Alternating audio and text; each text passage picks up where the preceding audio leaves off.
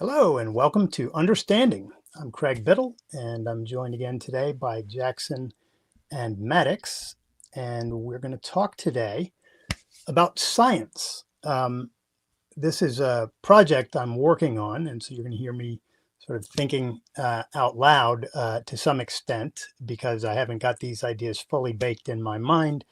But I'm working on an article in which I'm trying to clarify in my own mind and clarify for other people the nature and meaning of science, in particular, in a way that can defend science proper from certain kinds of assaults on science. So I want to defend it from claims that science and the scientific method do not and cannot apply to certain fields like the humanities, morality, philosophy, and the like. Um, so I want to talk about science in a positive way in some regards, to talk about what it is, what its elements are, and how we know that. And then I want to talk about how an understanding of science from this perspective can help us to see why certain kinds of assaults on the kind of science that I'm involved with personally, morality, philosophy, and the like, are actually science, and that we can stand on solid ground in acknowledging and communicating that. So in 1952, the economist Frederick Hayek wrote a book about the idea of science, and it was actually titled. If I don't have the title of the book in front of me right now, but I can get it in 2 seconds, and I do want to get that. So give me 1 minute. I want to get the title of the book because it's an important book for understanding where this concept of scientism came from, which I want to talk about. I should have had this ready to go, but I didn't, so now I have to go find it.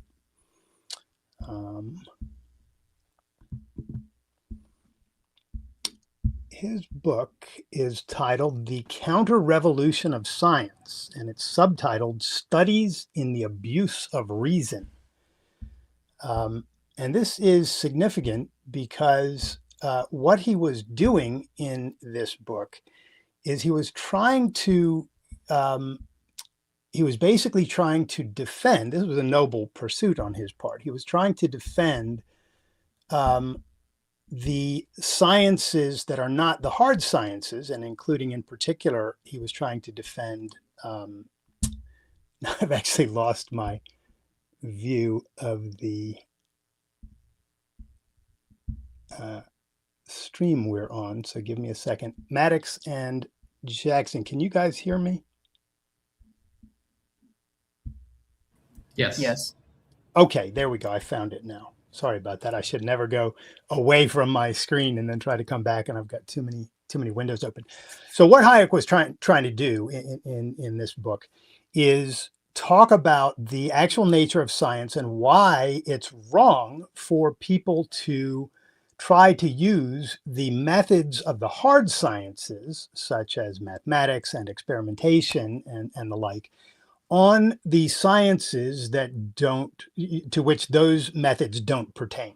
And this was an important thing to do because if this was during the time, he's reflecting on the time when positivism was trying to make a, quote, science of everything. And Marxism, came along on the back of scientism and was like, yeah, we're going to make a science out of economics and politics. And what they meant by this is that they were going to use the methods of the physical sciences on human beings, as if we were purely physical beings, as if we were deterministic beings, as if all kinds of measurements about human beings would be mathematical measurements. And that's just not true of certain sciences. It's not true of psychology. It's not true of philosophy. It's not true of economics. I mean, there are, you use mathematics and some measurements in economics, but it's not the same kind of of mathematics that you use, for instance, in physics and in chemistry, and the kinds of experimentation that you do for instance, economics or in ethics or in philosophy is not the same kind of experimentation that you can do in physics and biology. So different sciences have different methodologies and different aspects of a broader thing that we can call the scientific method. But if you freeze the concept of science or the method of science at the level of the ways in which physics and chemistry and biology work, then you are freezing out of the definition other sciences that have a legitimate claim to being sciences, but you've basically just defined them out of existence or defined them out of the scientific sphere. So I appreciate that Hayek was trying to do this. Unfortunately, his efforts sort of backfired because the concept scientism that he made popular in that book. Now, the concept existed prior to Hayek, and there's some controversy over who coined it first, but that doesn't matter. Hayek popularized the concept of scientism, and he was using it in a way that he thought was legitimate to say it's a bad thing to do to try to import the methods of physics and chemistry into sciences where those methods don't apply, and that's true. But we shouldn't call that process scientism. We should call it what it really is, which is just an improper use of method, or the other thing that the people who are doing that are doing is just basically trying to treat human beings as if we're physical things, and just like bowling balls and planets. So I think his process failed in this regard. The concept of scientism, which I think is actually now used really as an anti-concept, meaning that it doesn't have an actual referent in reality, and it's actually destructive of a certain very necessary aspect of human thought. This concept is now being used against the humanities and philosophy and morality on a regular basis. I don't know if you hear it out there, but even if you don't hear the term being used, when people say you can't apply reason and the scientific method to things like morality and philosophy and the like, they're not really sciences. They're just, they're metaphysics. Sometimes people will say, oh, those are just metaphysical claims, or you can't really measure things there. So what are you talking about? If you can't measure it, it's not real, and the like. And this means that we can't bring reason and the scientific methods to bear on very important parts of life, or at least it allegedly means this. And I dispute all of this. I don't think it's true. And I think to treat science and the scientific method as exclusively the kind of methodologies used in the so-called physical sciences or the hard sciences. These things are categorized in all sorts of different ways. And to segregate the so-called social sciences, or what we might even call the psychological sciences, although that phrase is not typically used, but I think it maybe should be used, is dangerous, because it means that these very important sciences, including the sciences in the humanities, things like history, are treated as not serious subjects, or as subjects that we don't need to take as seriously, or that are not as rigorous.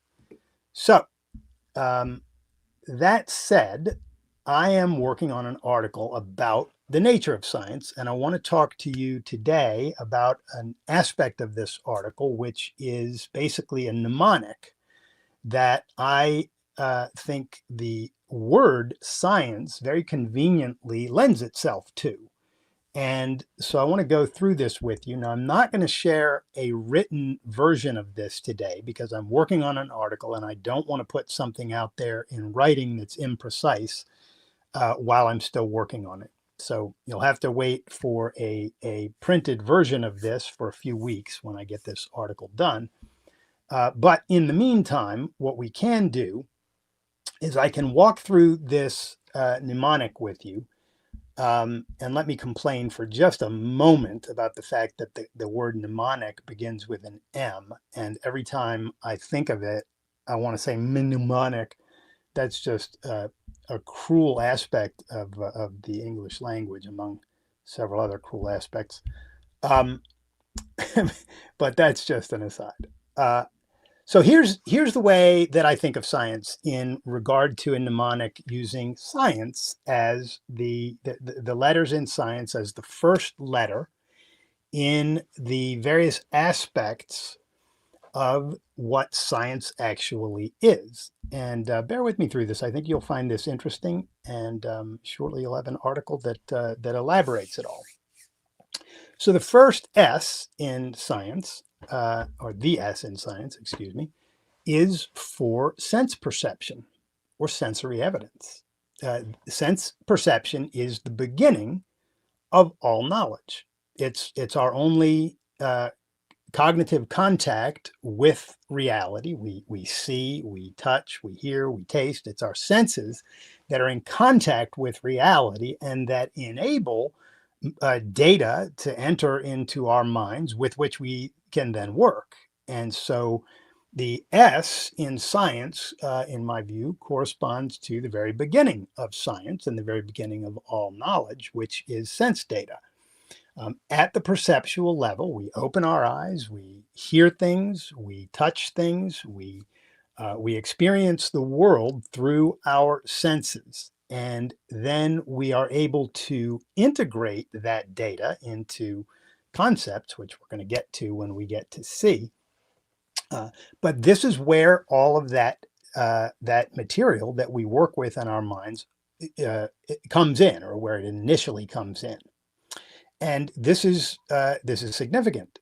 At this same level, at the sensory perceptual level, is where we also become aware of certain very fundamental principles about the world and about human thought. To quote Ayn Rand, this is where we become aware of existence and the fact that existence exists. Right? We open our eyes and there it is. Perceptual level is really important. It's where we become aware of consciousness. To be conscious is to be conscious of something, of existence, of objects in the world. And so, as Rand puts this,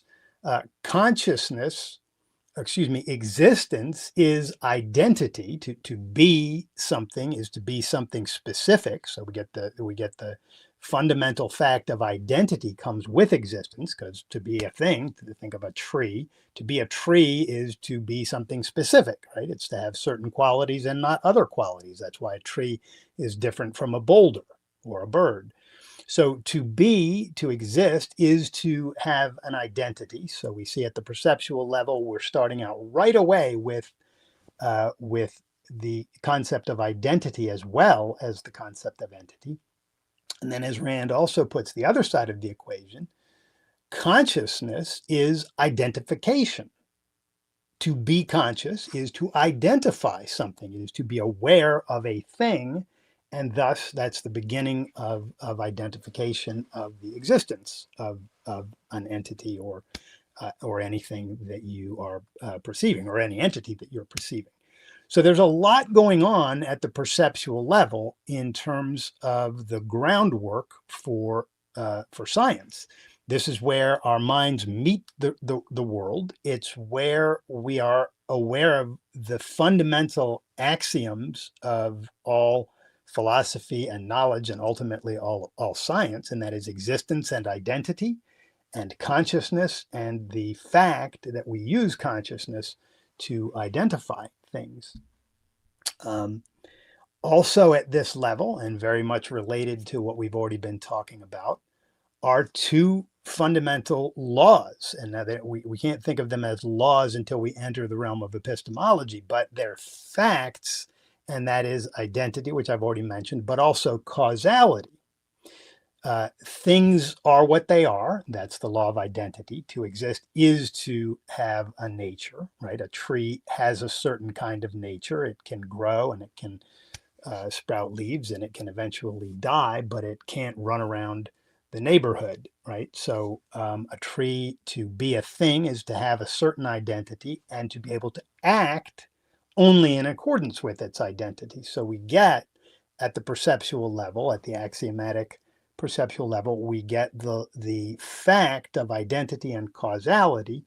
And then as we codify the observations of this fact into laws, we get the law of identity, the recognition of the fact that a thing is what it is, has certain qualities that make it what it is, and the law of causality, which is the law of identity applied to action. It's basically the idea that a thing has a nature and it can act only in accordance with its nature. Now, all of this is just at the perceptual level, at the sensory perceptual level. And this is really significant because if you think about it, several things have already happened here. A, we're in contact with reality here, which is very important because that's where we live and that's what we're trying to figure out. So this is the doorway to the mind's doorway to reality. But a lot of things have been ruled out here already too. For instance, miracles have been ruled out, things acting in ways other than their nature permits, right? So, trees can't run around the block and they're just not going to do that, and nothing can make them do that. That's not consistent with the way that the world is.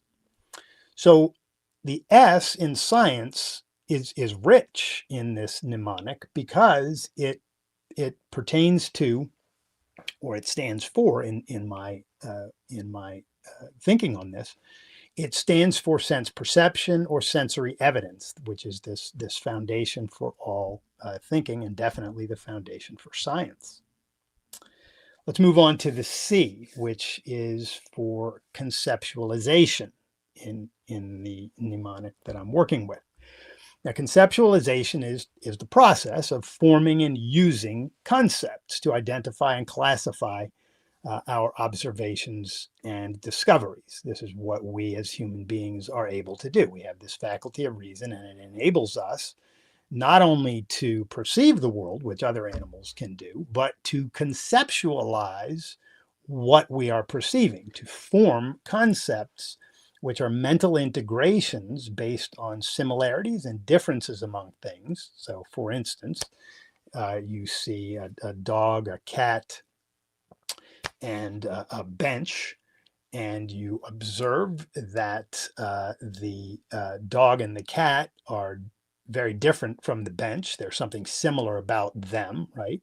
And this is grounds for some kind of an integration. There's something similar going on here. If another dog walks in the room and you see two dogs and a cat, then the dogs are acting differently and they're making different noises and they have a different general structure to them. And that similarity against the difference of the cat is the groundwork for you forming an abstraction dog. And then with that abstraction and additional observations and integrations, you can form a broader concept animal that will then subsume dogs and cats and birds and different things, and so on. This is what the human mind is capable of doing because we're conceptual animals, because we have a rational faculty, which is essentially the same thing as a conceptual faculty. It's just a broader name for it. Concepts are the fundamental units of thinking. We use concepts and they're denoted by single words, things like dog, cat, run, party, etc. These are all concepts, and what they refer to are things that we have conceptualized and integrated into a single unit so that we can then use those units in thinking and communicating with others. And that's what conceptualization is. But it doesn't stop with concepts, because then we can put concepts together, of course, and we can not only create higher level concepts, things like justice, or you can't see justice like you can see a dog, but justice is an abstraction built on abstractions, and it is every bit as valid a concept as first level concepts. It's just a more abstract idea.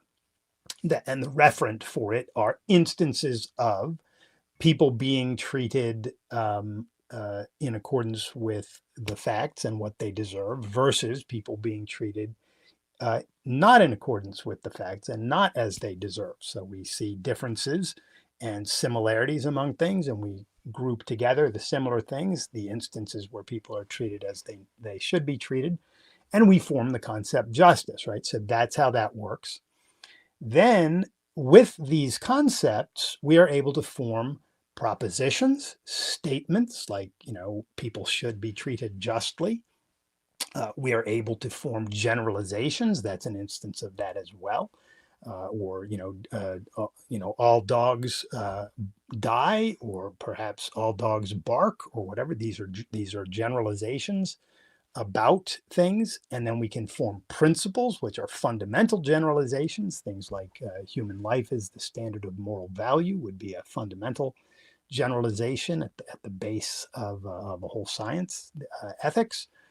And we can form theories, a theory of egoism, or a theory of gravity, or whatever, and then whole sciences. So you get concepts, propositions, generalizations, principles, theories, sciences, and the whole nine yards. All of this is conceptualization of it's just more and more elaborate and abstract conceptualization. So this C in science is very rich also, because it's not only the formation and use of concepts at the simple level of simple concepts. It's the method that the human mind uses to grasp and understand the world in which we live. All of our thinking is done with concepts, and these concepts, to be legitimate, must be based in perceptual observation, evidence of the senses. So we go from senses to this conceptualization, and you see an interesting growth here from the ground up, if you will. Importantly here, beginning with sense perception and conceptualizing apply even to the sciences that are sometimes called a priori sciences, like mathematics. It's just not true that mathematics is apart from, or detached from, or does not need sense perception. And you can see this at a very simple level. I don't want to harp on this, but I want to make this point because I think it's important. When somebody says, oh, mathematics is a priori, meaning it's apart from and does not depend on, in any way, on sense perception, how on earth are you going to teach a child simple arithmetic unless you point to two things and two other things, and then have the child add them to get the concept of four? That's how it works. Quantities are quantities of things. There's no such thing as quantity apart from things. The concept of quantity depends on a perceptual level grasp of things being quantified. And so when you teach a child, for instance, basic addition, what you do is you take two beans and two more beans, and you put them together in front of the child. He's seeing this, and then you could say 2 plus 2 equals how many? And you get 4, and 4 is perceptually evident there in the beans. And you can teach a child to count by doing this. But if you tried to teach a child about mathematics without reference to perceptual reality, he would not be able to make any sense of numbers, because numbers are numbers of things. They have to be units of specific things. So it's just not true. And you can tell your mathematics friends that you heard this from an ethicist philosopher who's going to tell them that they got to stop talking this nonsense about math being an a priori science. It is not. There's no such thing as an a priori science. There's no such thing as a science that does not ultimately depend on sense perception. All science depends on sense perception, and all science properly done has to be traceable back to and grounded in sense perception, and then integratable with all of the other ideas that are grounded in sense perception. And that brings us to integration, which is the I in science in this mnemonic. So we've got sense perception, conceptualization, and now we're at integration. Now, in a sense, we've already been talking about integration because concepts are integrations, and so we're already underway with integration. But integration deserves its own discussion because it is a process that is unique to human beings and that we do with our observations to form concepts and with our concepts to form higher level abstractions in this ever expanding network of observation based knowledge. And if it is all genuine knowledge, if it's actually based on reality and does not contain contradictions, then it is going to integrate with all other knowledge. So we have sort of two axes in integration. Ideas can integrate vertically. So you've got an idea like justice, and for justice to make sense, it has to be tied to, in your mind, it has to be tied to instances of people being treated according to the facts as they deserve to be treated. Those are the facts that give rise to the need for a concept like justice. But it also should be able to be integrated laterally or horizontally or sort of in directions other than vertical with other ideas. For instance, ideas in economics. So justice is a moral concept, but we can also apply it to economics because we can say, look, when you have minimum wage laws, they're unjust. Why and how? Well, they treat people as not in control of their own lives, which is wrong. It treats employers and employees as if they don't have minds and they don't have a right to decide what kind of business relationship and payment relationship they want to enter into, right? So you can see that's a lateral move in integration, but it does integrate because it's true that that minimum wage laws are harmful to human life for moral reasons, but they're also harmful to human life for economic reasons because when you have minimum wage laws, they create unemployment and get in the way of people doing business as they otherwise would. So integration is a massive aspect of science. When we are doing science, whether you're doing physics or chemistry or the science of education, or whether you're doing psychology or economics or an applied science like agriculture or engineering, the ideas you're working with need to be anchored in reality. They've got to be true or they're not going to work in reality. And they've got to integrate with other true ideas or they wouldn't genuinely be true ideas. And this is how human knowledge and scientific knowledge in particular can grow and expand in an ever increasing network of observation-based knowledge that we have conceptualized and then can use to do all the wonderful things that we as human beings do, which is just, you look around, look at what we have created in the positive, in the good aspects of the things that human beings have done. We could talk about the bad things that people do, but that's not the subject today. So this brings us to the next letter in science, the E, and this I use, here's where I bring in excluded middle, or the law of excluded middle. And the law of excluded middle applies to all over the place to thinking. I mean, it's basically the idea that a thing is either A or not A at a given time and in a given respect. So it's an either or version of the law of identity. Things are what they are, and a thing is either one thing or it's not that thing, and that means so your categories here are mutually exclusive and jointly exhaustive, if you will. And how does this work in science? Well, a given idea, let's use the law of excluded middle with regard to evidence. A given idea is either supported by evidence or it is not. Now, if it is supported by evidence, then it's supported by some degree of evidence. It may be supported by a lot of evidence or a little bit of evidence or a scant degree of evidence. And this is what gives rise to what the philosopher Leonard Peikoff calls the evidentiary continuum. So if there's some degree of evidence, but not a lot for an idea or theory, then it's possible, it's epistemologically possible that the theory is true. If there's much more evidence, then it's probable that the idea is true. And if there's an overwhelming amount of evidence that is ultimately proved conclusive by it grounding in reality and not contradicting anything else known to be true, then we call it certain, or in some cases, even knowledge, which is a stronger term than certainty.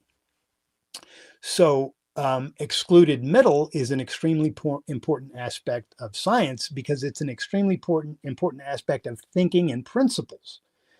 Principles are fundamental truths, and the fundamental truth here that we have to connect our thinking to, if our thinking is going to be efficacious and true to the facts, is that ideas have to be grounded in evidence, or they're just floating abstractions.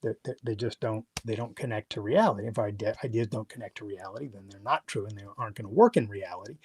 So that's the principle. And the excluded middle simply says either there's evidence or there is none. And if there is some, then the degree of evidence is significant. If it's a little bit, that means one thing. If it's a lot, it means another.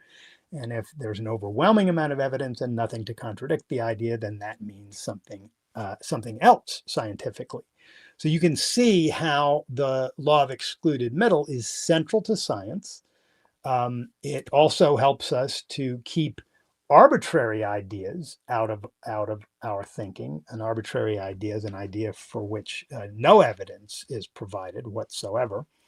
And when somebody does something like this, if somebody just says, well, maybe your drug is going to poison people, so how can we possibly let it out into the marketplace? So if the FDA says that, and if you come back and you say, well, do you have evidence that my drug is going to poison someone?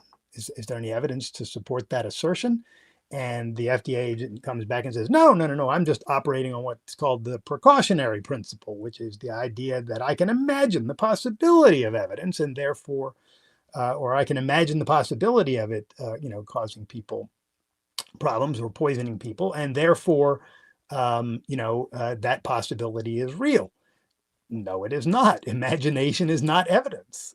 Evidence is a real thing. Evidence means something specific, and some FDA agent's imagination is not the equivalent of evidence.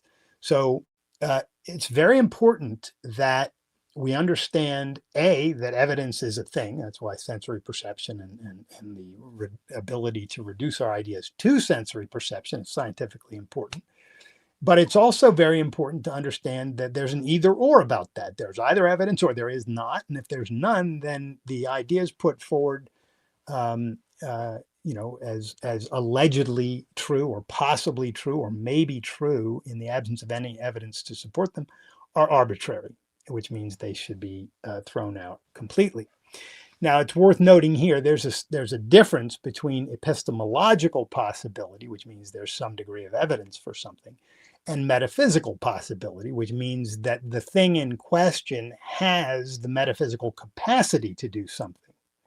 So a drug, perhaps even a drug with a certain amount of potassium in it, right, has a metaphysical capacity to poison someone.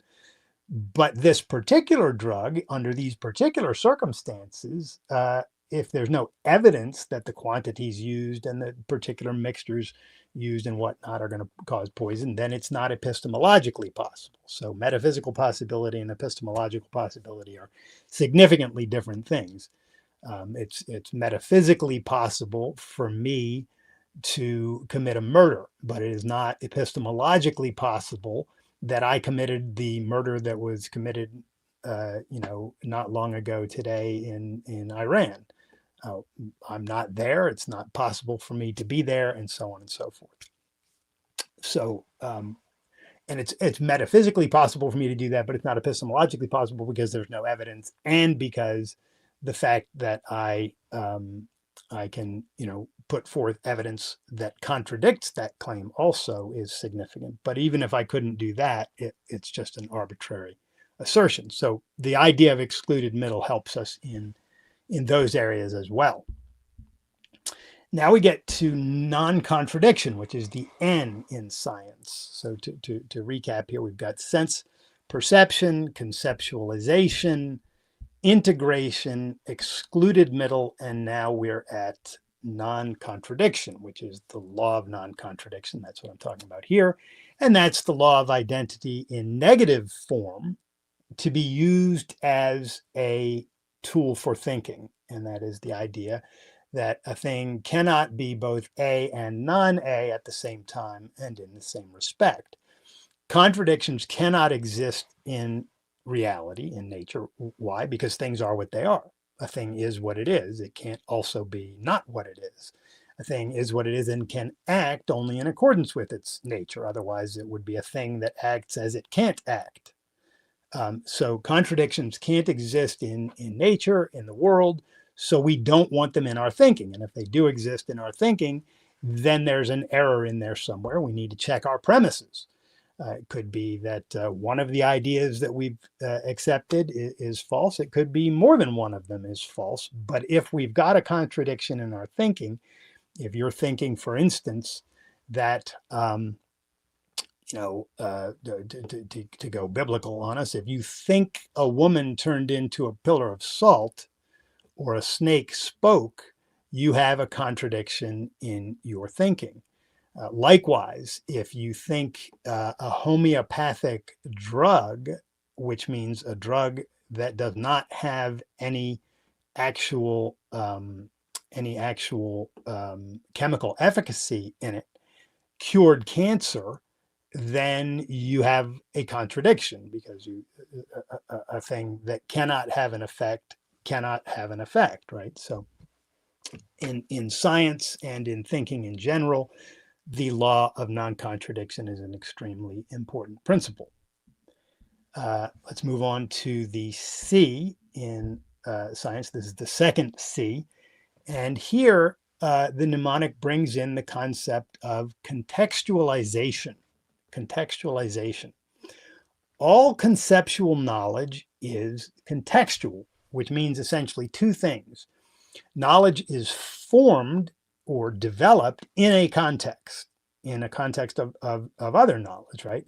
If you're a child and you're learning to count beans, that learning is done, and your understanding of math at the basic level, say addition, happens in the context of the knowledge that you have at that time. Obviously, you can't start introducing a child to algebra before he's learned more basic mathematics. And the reason is because the context matters.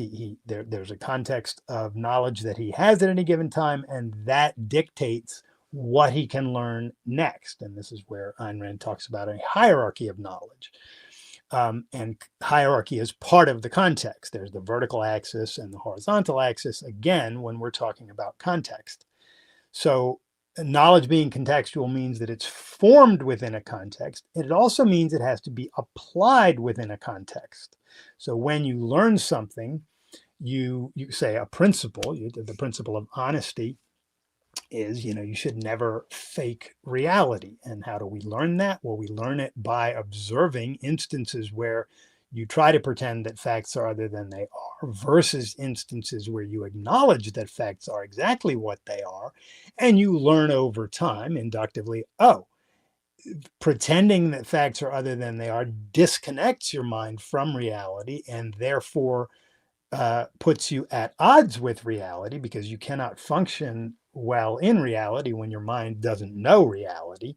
So that's bad. And being truthful and honest with yourself, not pretending, is good.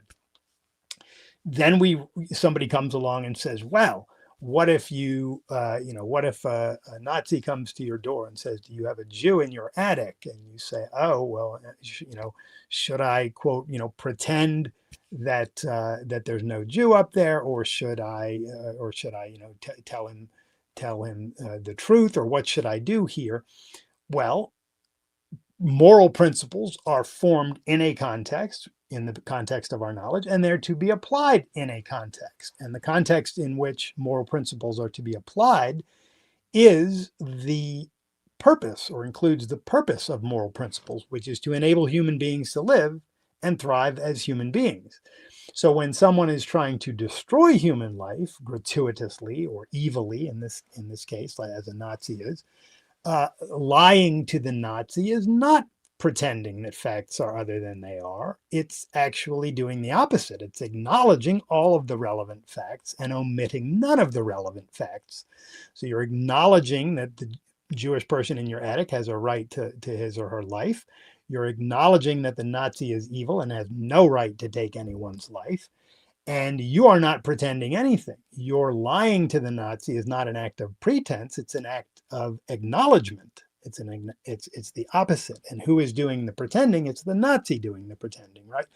So context matters both in the formation of and development of knowledge, including scientific knowledge, and it matters in terms of the application of that knowledge.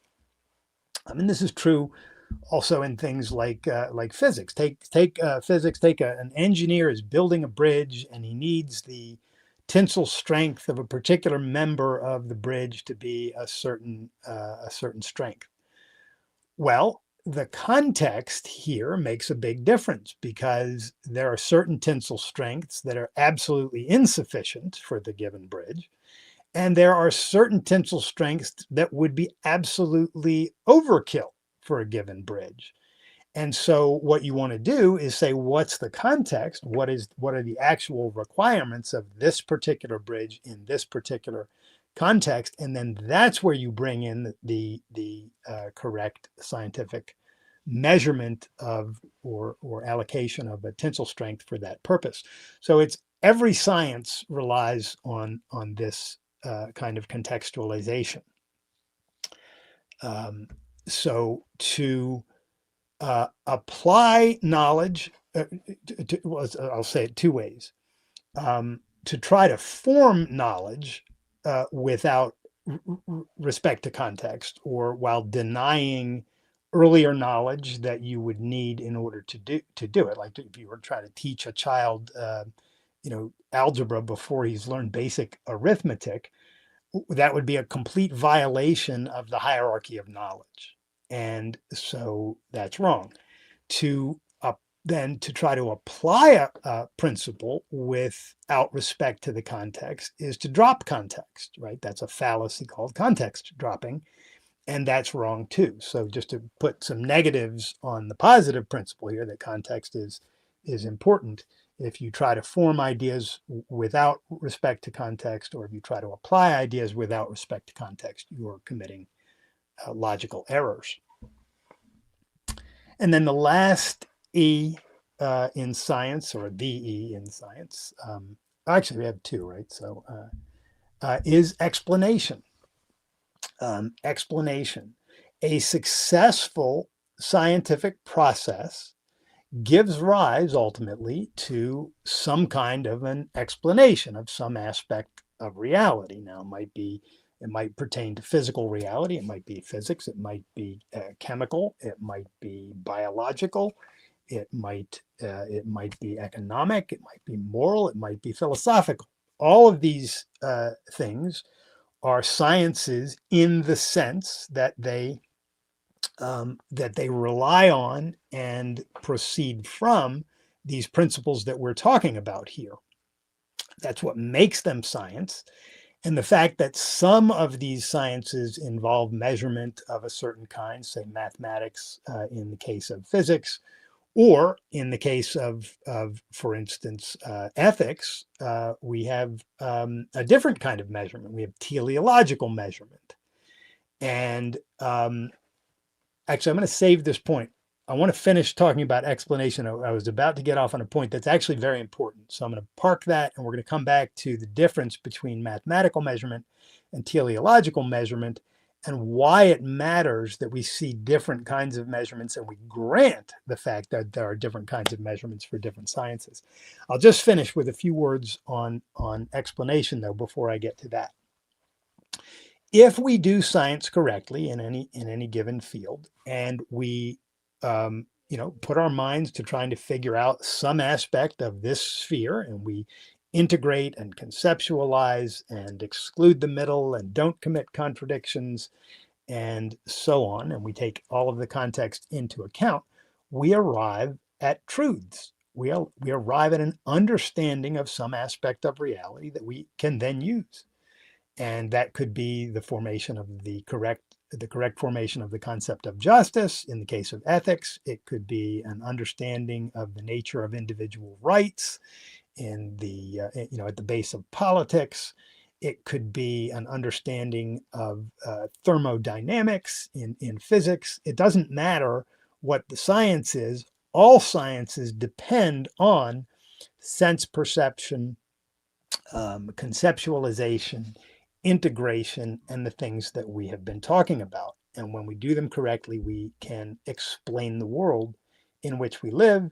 And the beautiful thing about explanation is that it then lays the groundwork or paves the way for further scientific thinking, further discoveries, and further progress in an ever expanding network of scientific knowledge.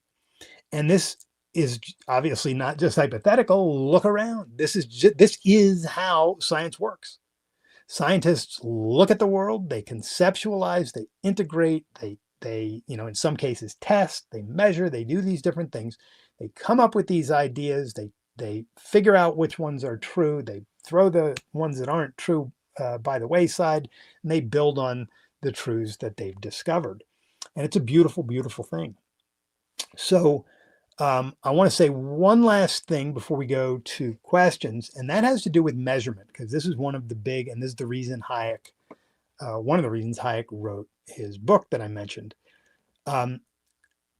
Different sciences have different ways of measuring things. Yes, physics uses mathematics, and yes, it's true that ethics does not. So what? Ethics has a different kind of measurement. Ethics is, values are measured teleologically in terms of a goal-directed perspective. We're trying to do something in ethics. What are we trying to do? We're trying to live. So, given that life is the standard of value and the ultimate goal of human action, we can think in terms of which actions are going to further the goal and the purpose of living and which will not, which will hinder or harm that purpose. And so that kind of measurement is called a teleological measurement, which telos means goal or end. So teleology just means a measurement with respect to an end or a goal. Okay, so ethics operates in terms of teleological measurements, which are, you can think of as ordinal measurements, right? There's an order to them. Physics operates, and the language of physics is mathematics, right? That's how that's the way that physicists measure and organize the data that they use about the physical world is through mathematics. Well, to say that ethics can't be a science because it doesn't use mathematics makes no more sense than saying physics can't be a science because it doesn't use teleology. It's just a different kind of measurement based on the specific requirements of a different science. And this is true of science in general. Different sciences study different aspects of reality. They're studying heat and energy is different than studying ethics and human choices and actions. So you're not going to measure things the same way. You're going to measure things in different ways. You're going to measure things in the ways that respect the identities, and here we come back to the concept of identity, the identities of the things you're measuring.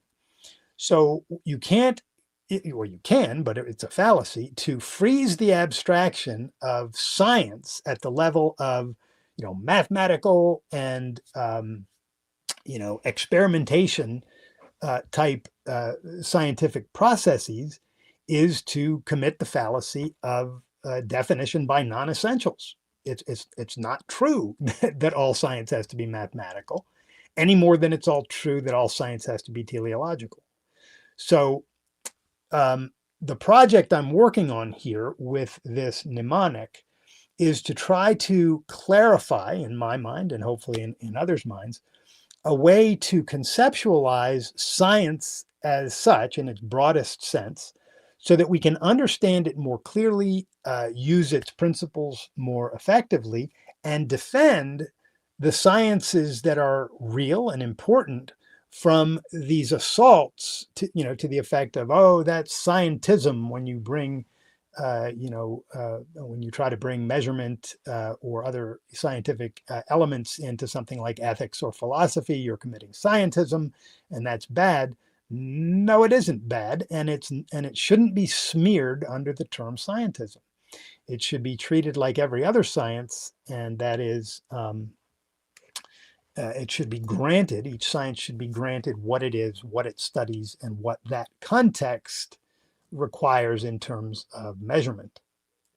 So anyway, I hope you find this to some extent helpful and at least interesting. I'm fascinated by the idea and have been for a while. And I'm, as I said, I'm in the middle of an article that I'm hoping to get out soon on this very subject. So I'd love any questions you'd have. I'd love any pushback on these ideas. And critical feedback is always helpful. So if anybody has pushback, I'd love to hear it. So Jackson and Maddox, if we have any questions, let's dive in. Hey, Craig. So there's been a lot of great back and forth in the comments of this one, and one of the bigger points that we had early on is about whether the senses are valid or not, because your whole acronym and kind of theory of science does depend on that. That's the fundamental point here. And so could you give as brief of an indication as you can as to why the senses are valid according to your view? Yeah. So the senses are axiomatically valid, and which means that their validity is at the base of all knowledge, contained in all knowledge, and is reaffirmed by any attempt to deny it. Those three things. So it's at the base of all knowledge, the validity of the senses, it's contained in all knowledge, and it is reaffirmed if you try to deny it.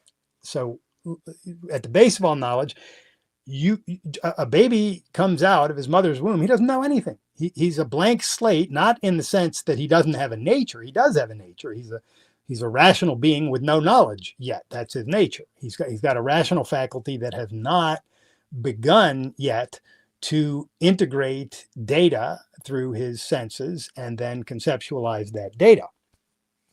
So he's born tabula rasa in that sense, and his senses, as soon as he opens his eyes, the learning process begins. Now it begins, initially without concepts being formed at all, because he's just observing things as he can see his mother and hear his dog bark and this, that, and the other.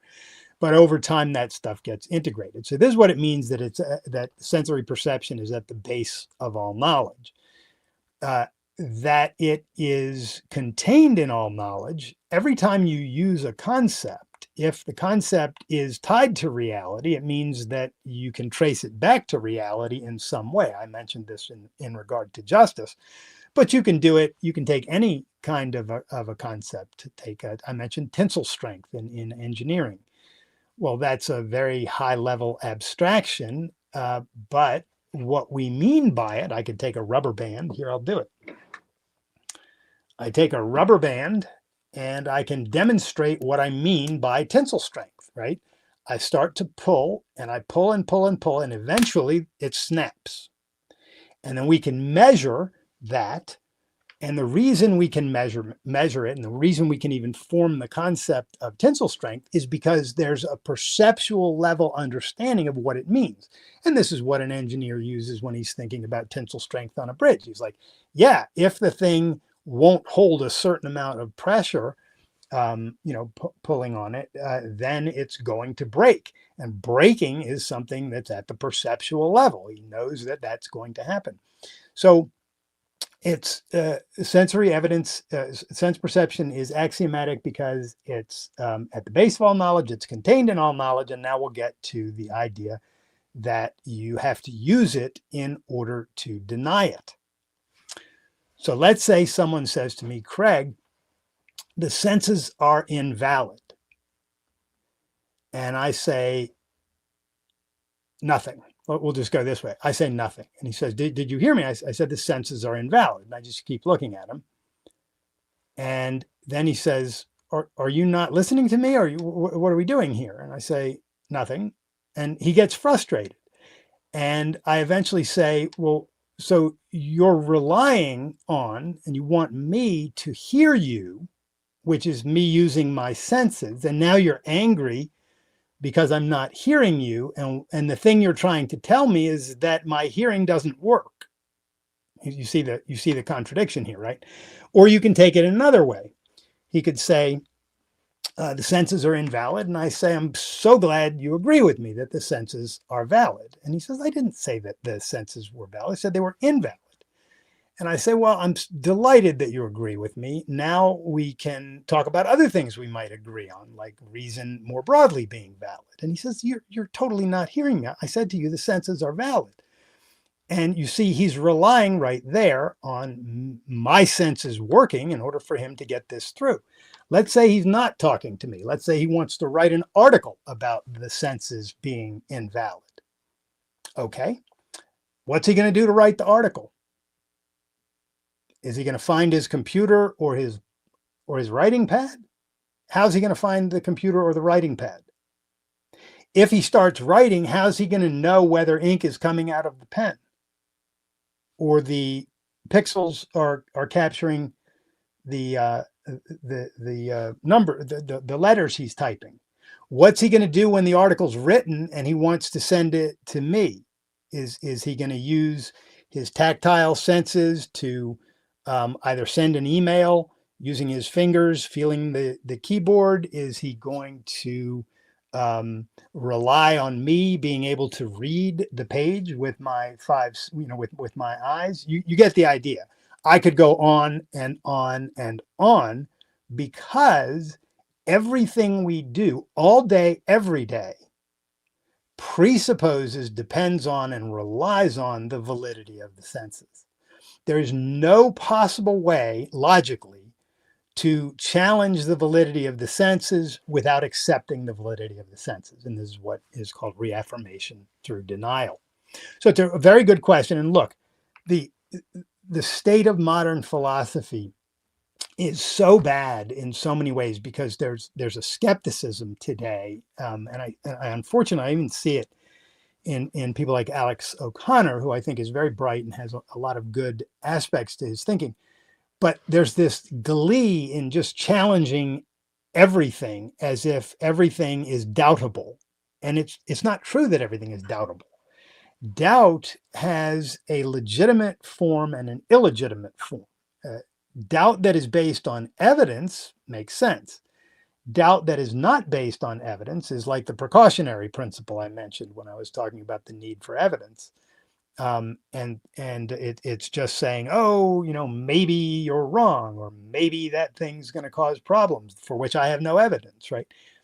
Evidence has to be the standard of knowledge, and evidence has to ultimately be at the perceptual level, because that's our contact with reality. And there's no getting around this. I mean, skeptics can try, and they do, but they can't logically get around it because they have to use the senses and they have to use reason in any effort to try to deny their validity.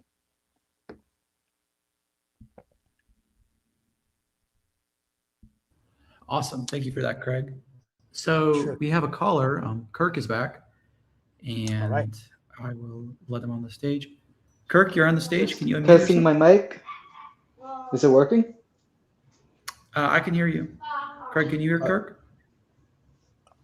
Yeah, I can hear you, Kirk. So I can't see you. I don't know whether you're trying to get on the stage. Oh, sorry. If you want to see me, it's fine. I just I don't I'm not. It's entirely up to you. Some people like to be seen. Some people like to just make it audio. I don't have a preference. You do what you like. The only reason I didn't have my face on was just because normally when I'm on StreamYard I have my face off, but I'll show my face because I'm proud of my face. And There you go. one thing I do take from the objectivist philosophy is the virtue of pride in your achievements. And I do think that I have maintained a rigorous health and diet such that I deserve to have some pride in my physical body, even though I could improve. But Good for you. my my question, so I was meditating on what you were telling me last week about the relationship between science and philosophy, and I've come to massively disagree with that. And not because I think you're not a smart guy, but I think what you're stuck in is linguistic confusion.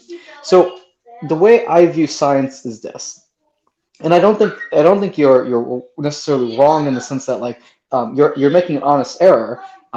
It's just I think a lot of people think that we start from these axioms and then we can whether it's either even if the axioms you think they're grounded in sense data. Um, in my view, we don't start from axioms.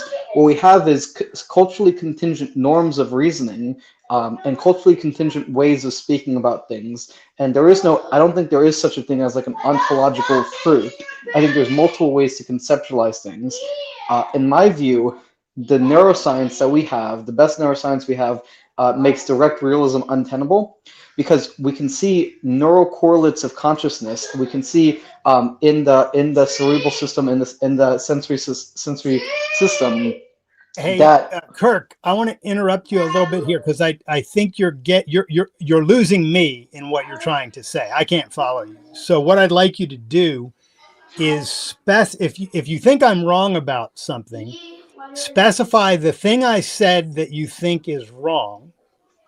And then once you've got that on the table, then proceed to tell me what's wrong with it. Okay, sorry. So to clarify specifically what I think is wrong is you believe, if I understand you correctly, that we perceive a mind-independent world directly, that our consciousness is a faculty of identifying an ontological truth, right? Yeah, but let's leave highfalutin language like ontological out. And so I'm saying that when we open our eyes and perceive the world, we are actually perceiving the world. We're perceiving entities in the world. Yes. Okay. In my view, neuroscience makes this position untenable because empirically speaking, we've tested neural correlates of consciousness, which cause construction of internal representations of the world that are not of some mind-independent world. We do not perceive the external world directly. You're saying we've done this. Do you mean you've done this? We, as in people who believe in the norms of empirical science, people who.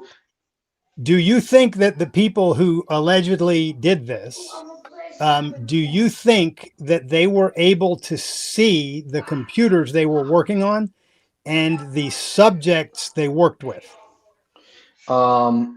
They were able to see internal representations of what they think are the subjects they work with. So they're not actually testing reality then. They're testing internal representations of reality. And that's not what I'm talking about. I'm talking about reality. And you're telling me these guys are testing internal representations, not testing reality. So we have a stolen concept here because you're telling me that the truth of the matter, the reality of the matter is that we can't access reality, and that the guys who are forming this experiment know this not by contacting reality, but by contacting representations of reality in their minds.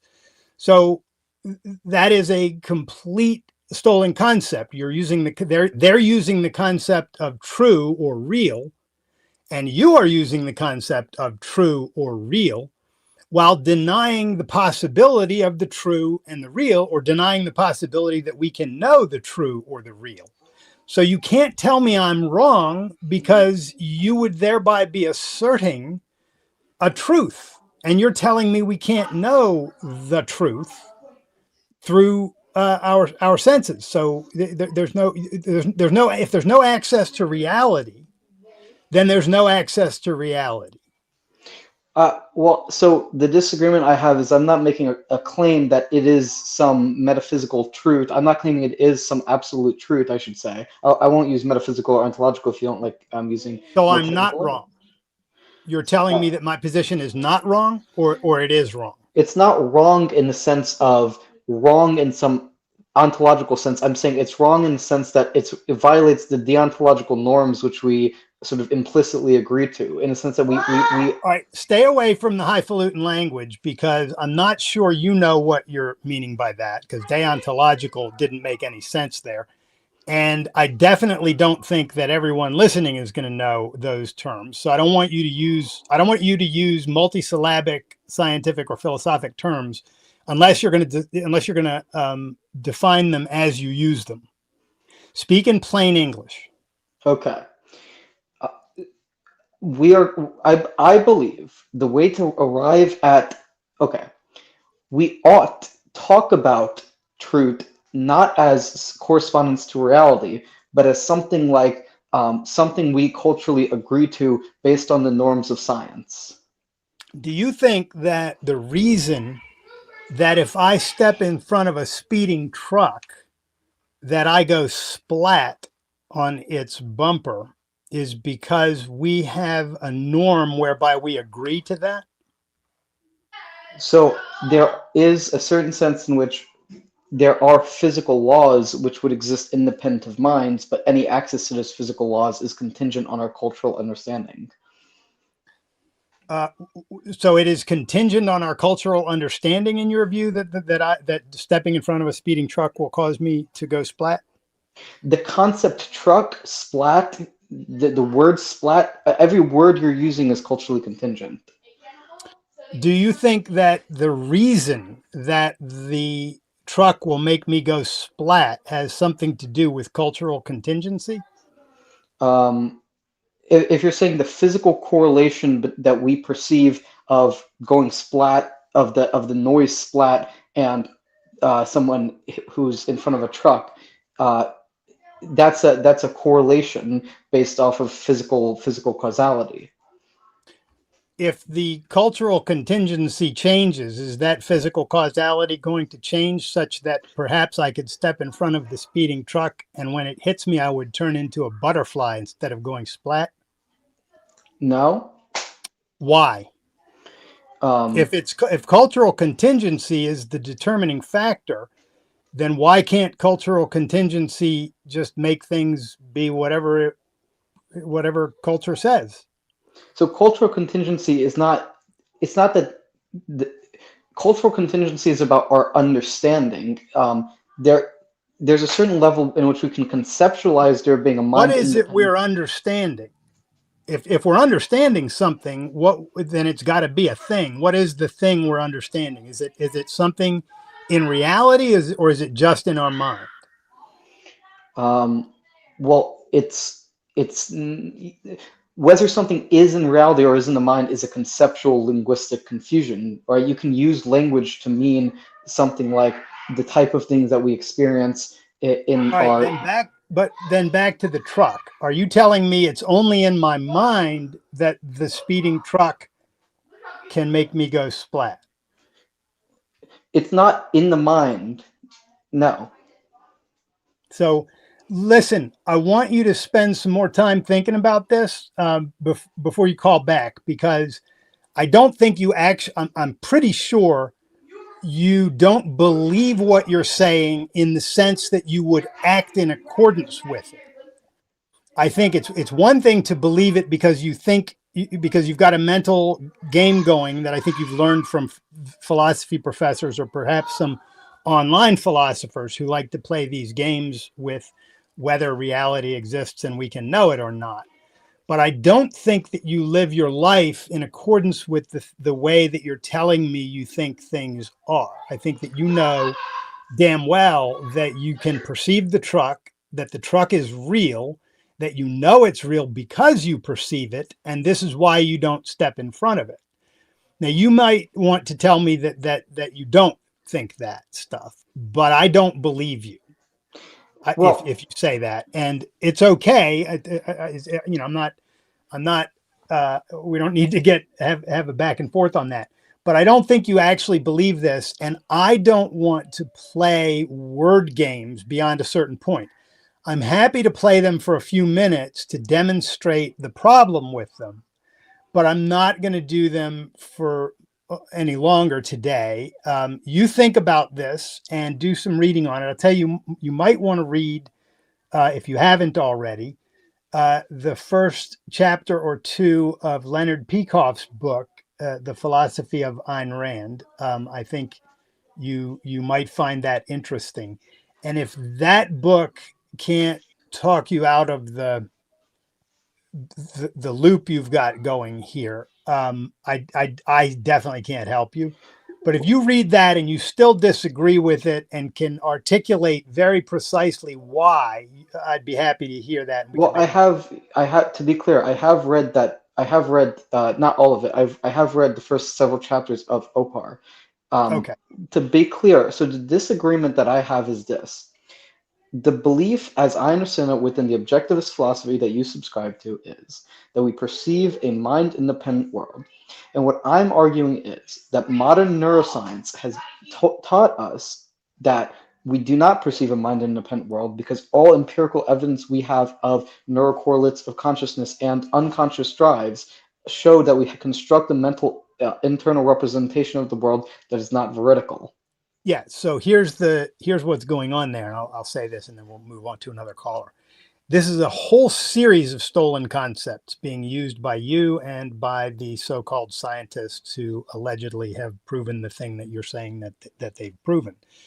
They're saying that the senses are invalid. We don't actually perceive the external world, and they're going to proceed to use all of the features of the external world, including their computers and their microphones and all the things that rely on the existence of us perceiving and manipulating the external world, to tell us that we can't perceive or manipulate the external world. So it's it's grand larceny, stolen concept type stuff. And there's I don't know that I can help you beyond pointing you to maybe reread some of Opar.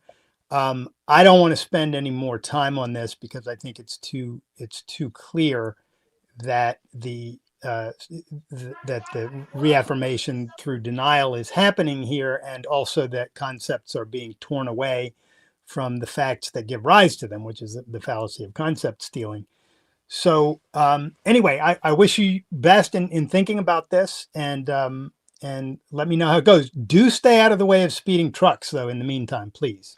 I will. All right. Before we go, could I ask you a question? And not an argument, just a question.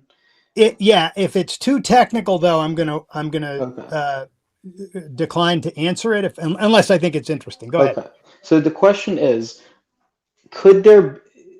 would you be, if the norms of empirical science dictate that we ought to talk about something like indirect realism or theories of perception that are not direct realism, at what point would you say that direct realism has been proven false? Norms of science that deny the existence of an external reality are technically called bullshit norms of science, for all of the reasons I've been talking about here. The reaffirmation through denial, the fact that they have to use their contact with their perceptual contact with reality to deny it, and all of the stolen concepts that they use in the process of doing that. So it's the same answer to everything I've been talking about already. The thing you're calling science and the things you're saying have been proven are not science and have not been proven. Okay. So, well, and I don't know how else to explain it. I'm trying to be as patient on this point as possible, but that's what's going on there. And I think you can probably get your mind is going in a loop on this stuff because you're refusing, I think, not necessarily intentionally, but somehow you're not recognizing the axiomatic nature of sense perception in the three ways that I mentioned it. It's at the base of all knowledge, it's contained in all knowledge, and you can't deny it without using it. And if if you work on it more, you may be able to see why that is the answer to all of the things you're saying. But if not, maybe then not, I guess. Okay. All right, Kurt, thanks for See you. your call. I appreciate it. Okay. Bye. All right. All right. All right, Jackson. Yeah, so we got quite a few questions in the chat. I think most of them are really interesting. So the first one is, physical laws have been derived from observations, and many properties, position, velocity, etc., could be perfectly measured and predicted. Does science show that Jackson, could you back up and slow down a little bit? Oh, sorry. My bad. Yeah, it's all right. Okay. Physical laws have been derived from observations, and many properties, position, velocity, etc., can be perfectly measured and predicted. Does science show that the universe is determined?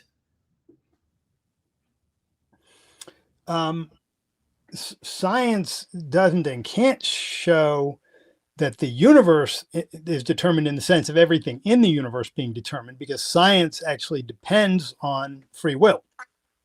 Science can't function unless people can choose to activate their minds, and unless scientists can choose, which factors to isolate, and how many, how much weight a pendulum needs to be, or how long a pendulum needs to be, and how much weight the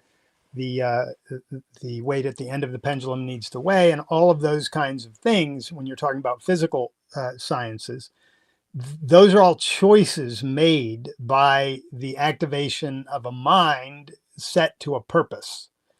And so anytime scientists talk about the everything being determined, including human beings, they are committing the same kinds of errors that I was just talking about with Kirk, because free will is actually axiomatic in the same sense, right? You have to, it's at the base of all knowledge. You have to have free will to have conceptual knowledge, because concepts are formed through a process that is volitional.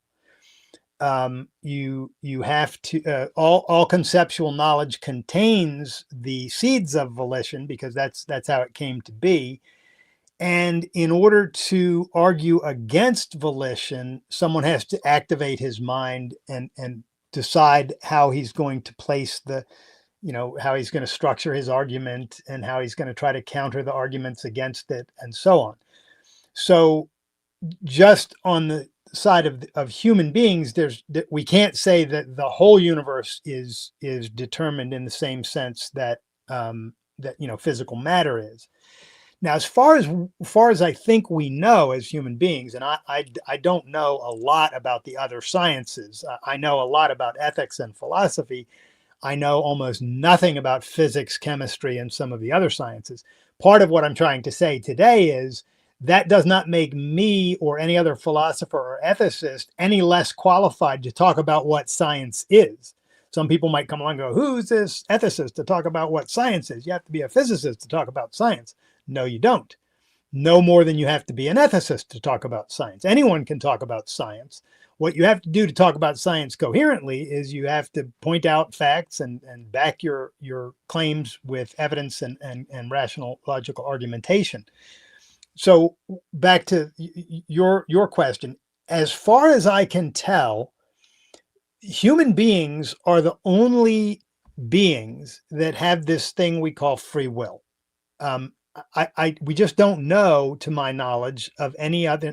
There are some other animals that seem to have something verging on something akin to being conceptual. My understanding is crows are freakishly intelligent, and a few other animals, porpoises and the like, but they're eons away from being able to do what we're doing right here, which is communicate in concepts, generalizations, principles, and the like, and then much less doing it over technologies that were created by amazing minds.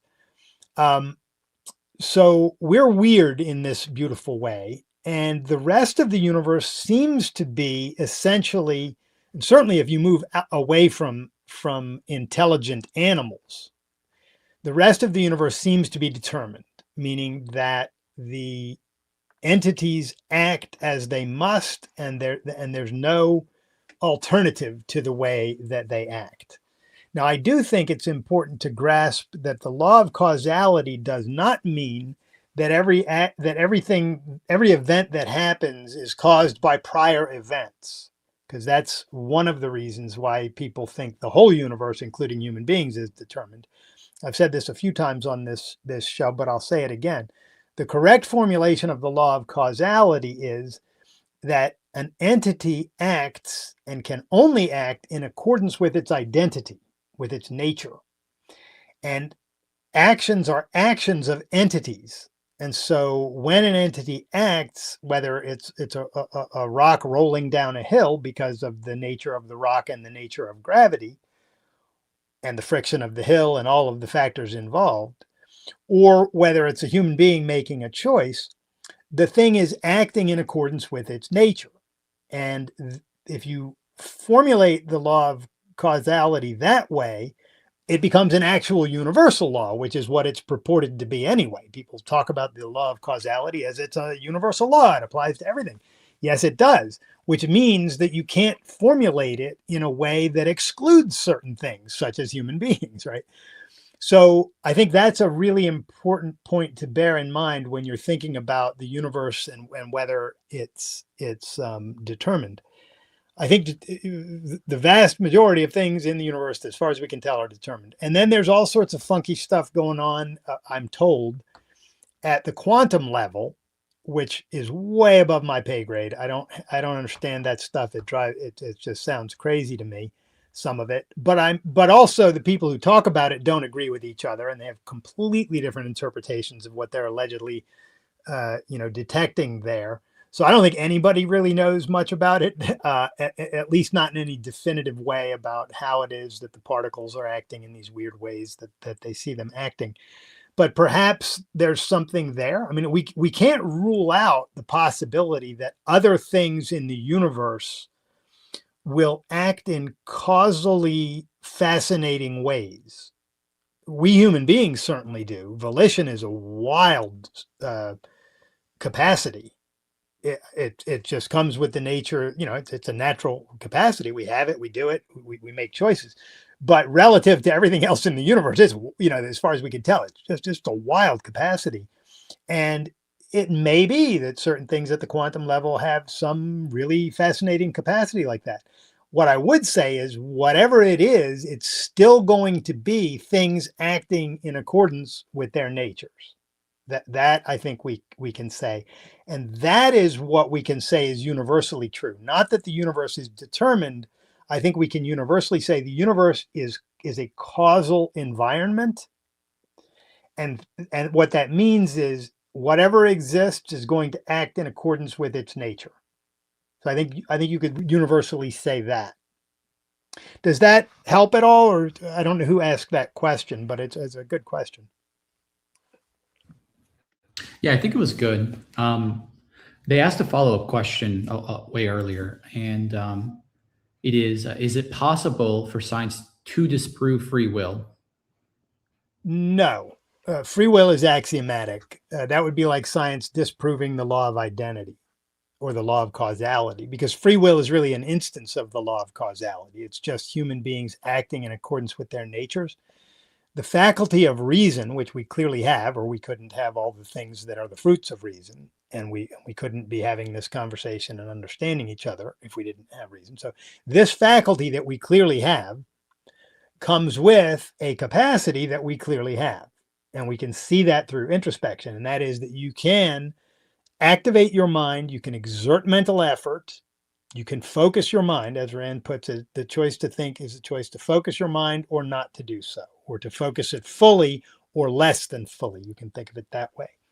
And you can see that you have this choice. So for somebody to come along and say, well, I'm going to set up an experiment, or I have set up an experiment that proves that I don't have free will, is another instance of reaffirmation through denial. He has to affirm the existence of free will in order to even go through the experiment, because he's got to make choices to enact the experiment. Otherwise, the experiment wouldn't mean anything because he would just be an automaton going through the motions that he must go through.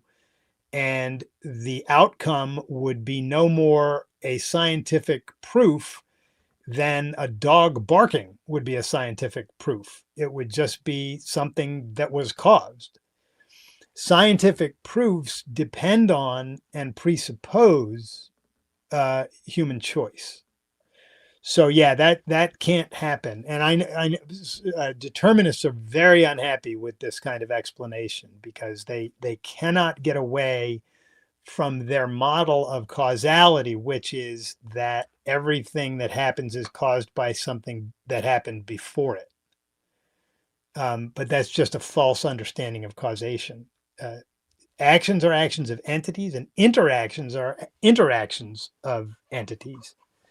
And that's the correct way to think about causality. And I think if you grasp that, and if you look for it, look for an instance where a thing is not acting in accordance with its identity. You won't find any. You can go, Ayn Rand used to tell Leonard Peikoff to go for a causality walk. And he would go out and she'd say, go, look for causality happening everywhere, and he'd go look around, and the way he reports it, he says, he'd come back and he'd be like, oh my God, it's everywhere. And that's because it really is. And if you do that, you will see that the correct way to conceptualize this law is that entities act in accordance with their identities. Cool. So we have two questions that are somewhat related, so I think it makes sense to group them together. They're both from Davos, and he asks, one, is science mind dependent? And two, did humans invent science, or was it a discovered method of the universe? Is science mind dependent? Yes. Was that the first part of it? Yes, Yes. Science is absolutely mind dependent, but that doesn't mean it depends exclusively on the mind. Science is an extremely complex activity of the mind in an effort to understand actual facts in the world. So there's an in here part of science. Science is thinking and recognizing and doing,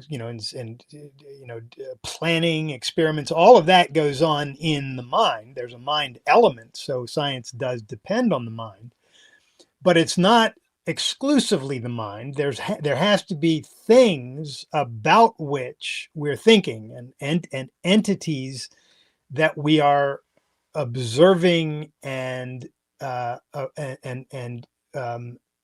trying to understand, or there's no content. Now, the entities can be out there, right? They can be,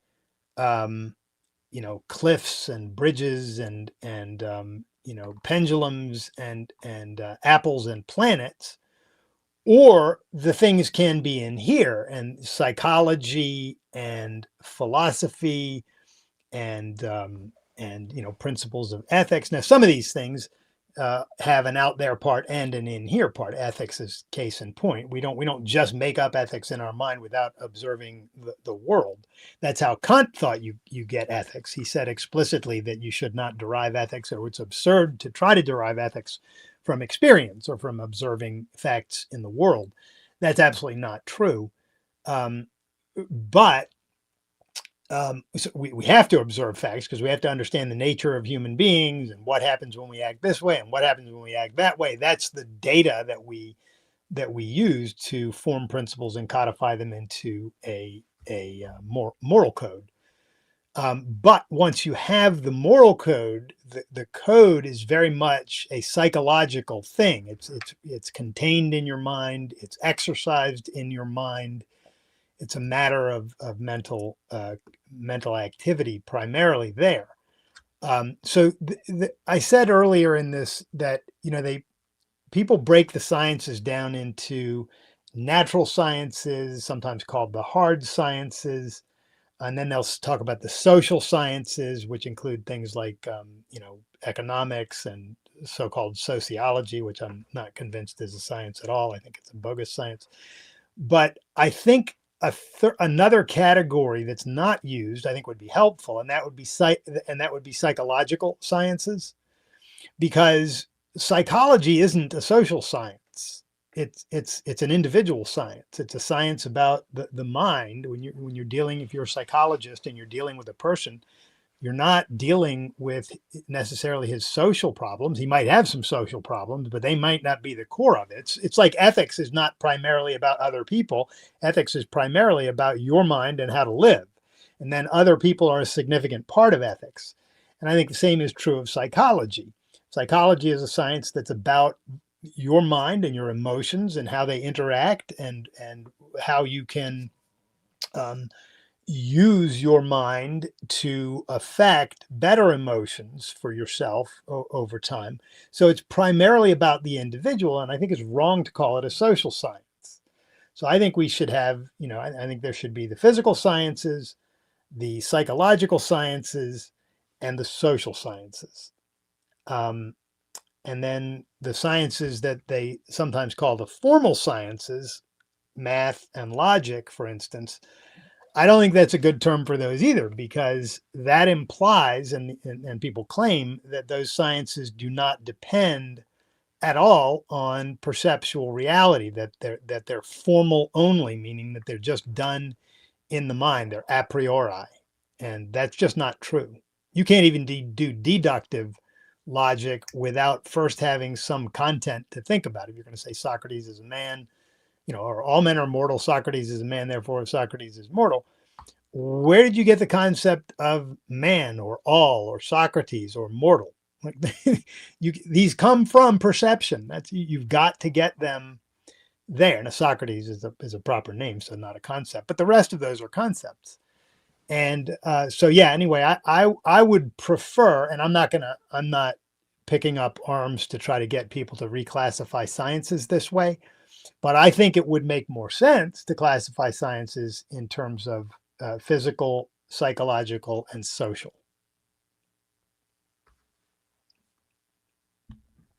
Awesome. So I have a relevant follow-up on that. So if we have time, I'd love to take that. So, Sure. Craig, according to you,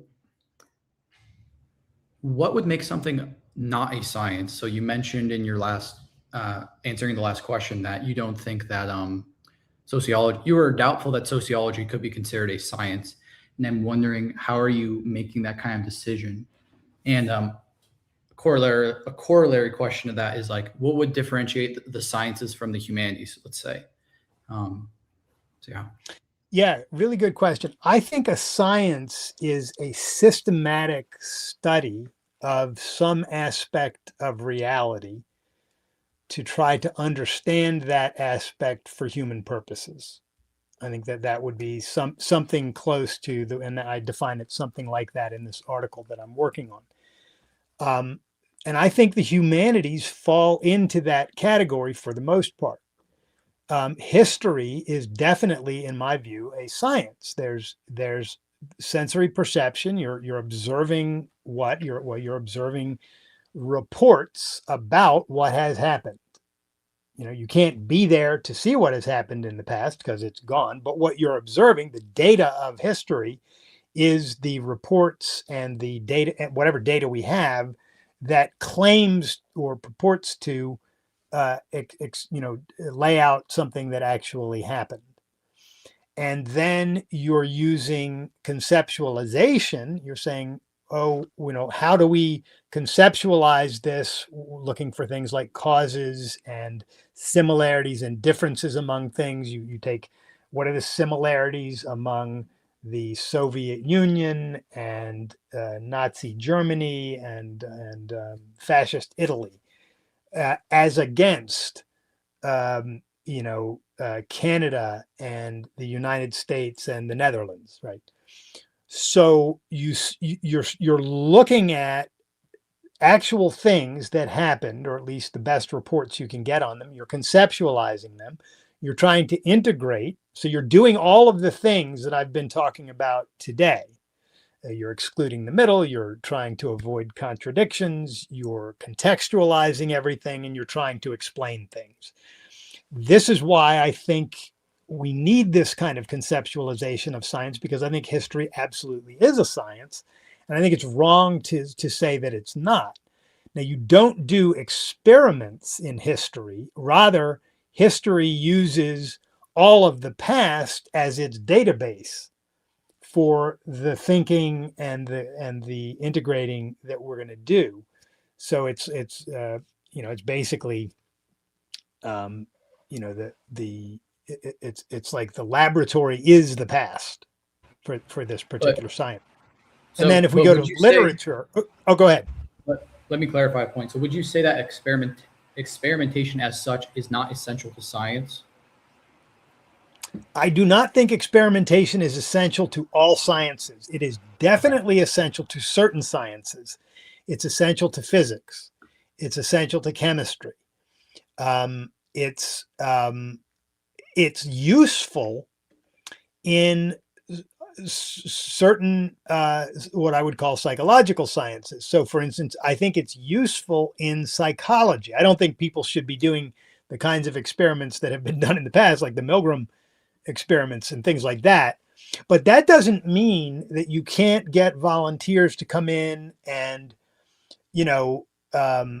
see how they react if a pretty girl walks in a room versus an ugly girl or something like that.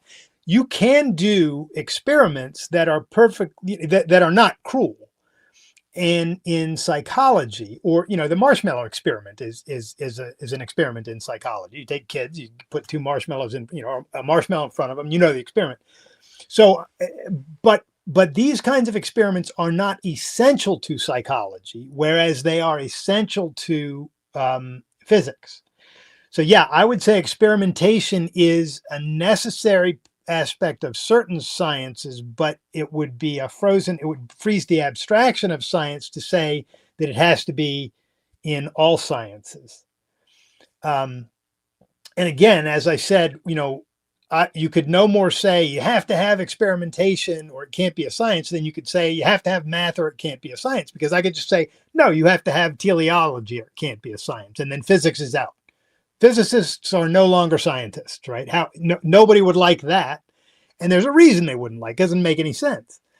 But it doesn't make sense for the exact same reason that it's wrong to rule out, ethics for not being mathematical, or psychology or history for not being for not involving experiments. That all makes sense. So how would you apply this kind of reasoning in general that you've been going through to sociology? So yeah, sociology was actually coined, the whole science was sort of kicked off by, of all the nasty people, Auguste Comte, the French 19th century French philosopher who also coined the term altruism and was the, interestingly too, Comte was one of the subjects of the book by Hayek that I mentioned today.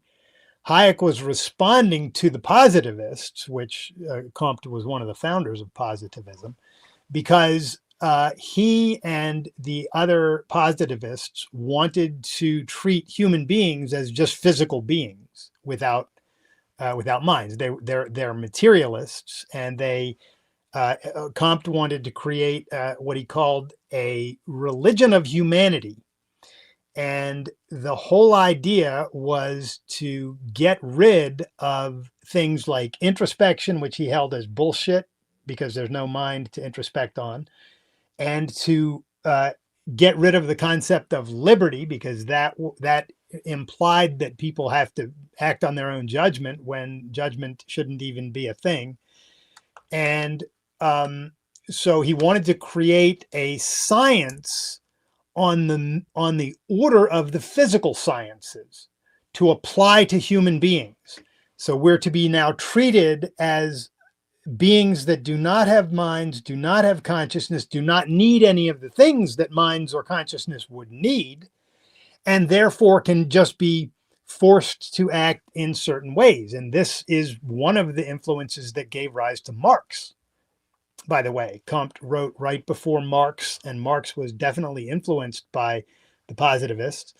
And the idea is, oh yeah, we're just meat in motion, and there's no free will there. There's no consciousness, and there are no needs of any of those things. There's just this physical thing. This is what Hayek was responding to. He was like, wait a minute, you can't treat human beings as if we're just physical things. We're not, and so that's why he called it scientism. He said you're bringing in the methods of physics and putting them into the humanities, in effect, or into humanities and things like economics, which he was concerned with, and they don't apply there. So this is why. So back to sociology. Sociology comes up with this idea, and he's like, we need to study humanity.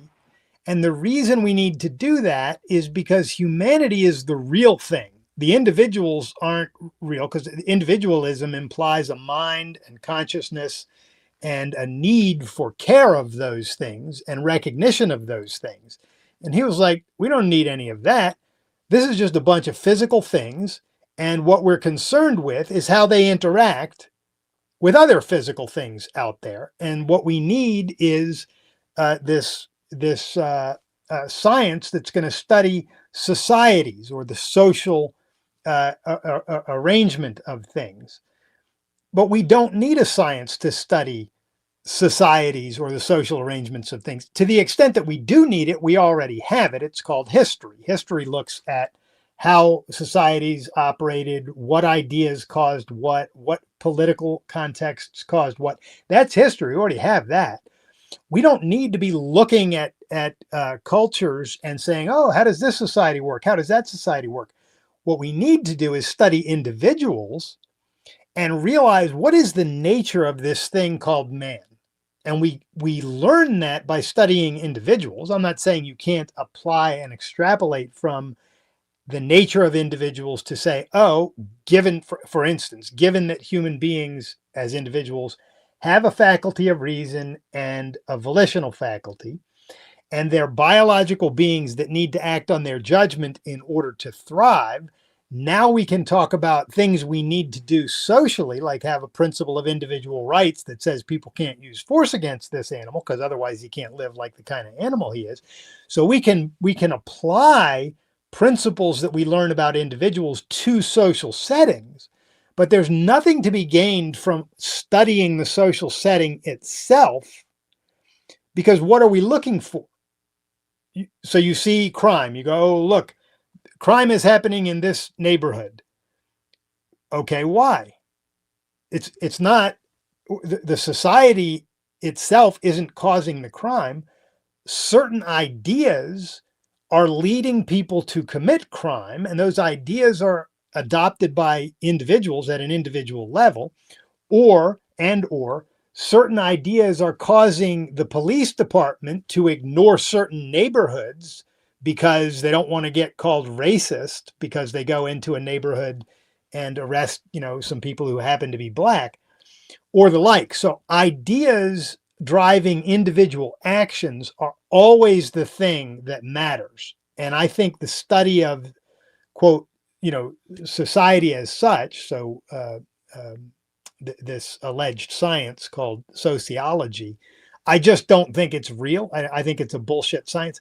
And ask yourself this: what have sociologists delivered that has any use value that you know of?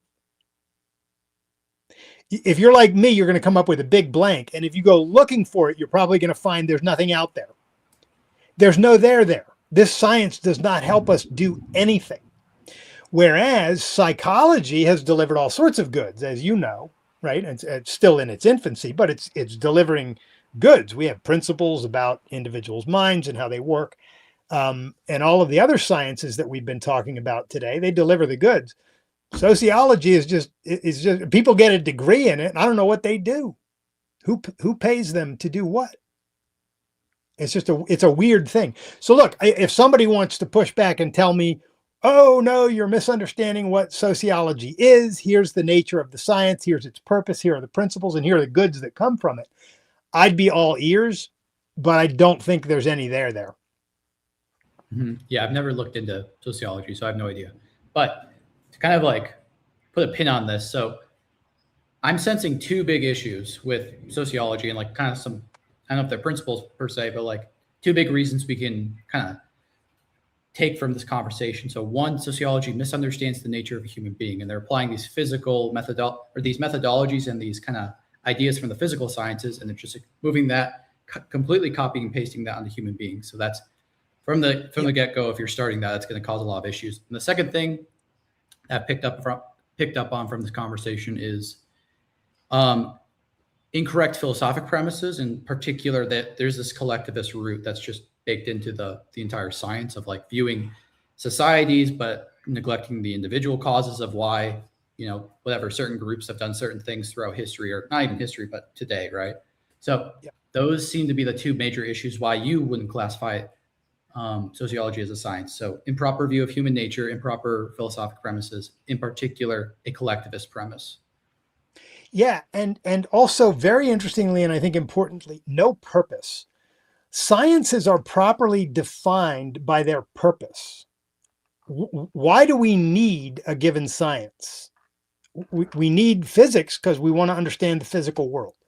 We need psychology because we want to understand what's going on with our minds and our emotions with respect to our rational capacities and our goals and things like that.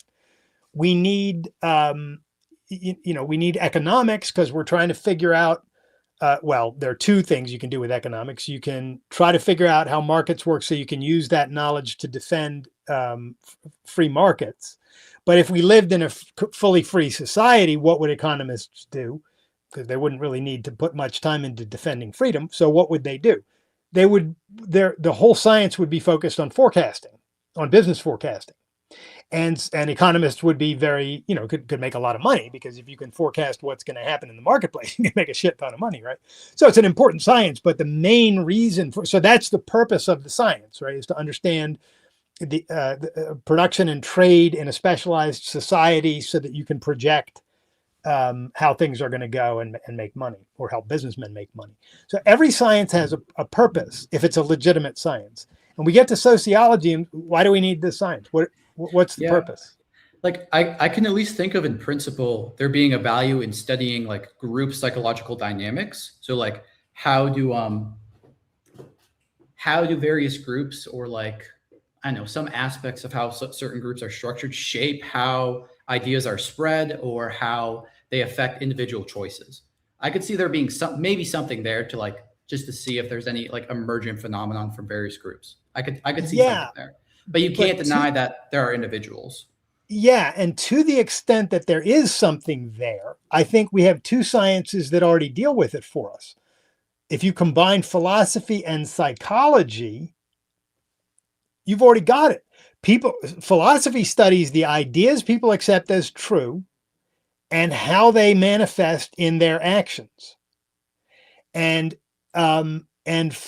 psychology studies the ways in which people's emotional faculties and rational faculties interact and work with each other so that they act in certain ways. And that includes how they act with other people. Psychology is not exclusively about what you do on your own. It's partly how you interact with other people. So I think we already have sciences that serve the purpose of the kind of thing that you're talking about. We don't need some new science called sociology and whole new sociology departments and the like.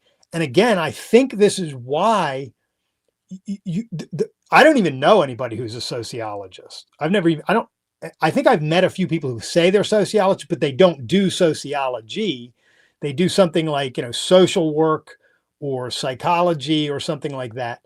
And I just don't know what the field is supposed to be about. And I'm not even trying to, I'm not trying to be flippant or mean to anybody who is in that thing. I just don't understand the purpose behind it. It seems like an empty set to me.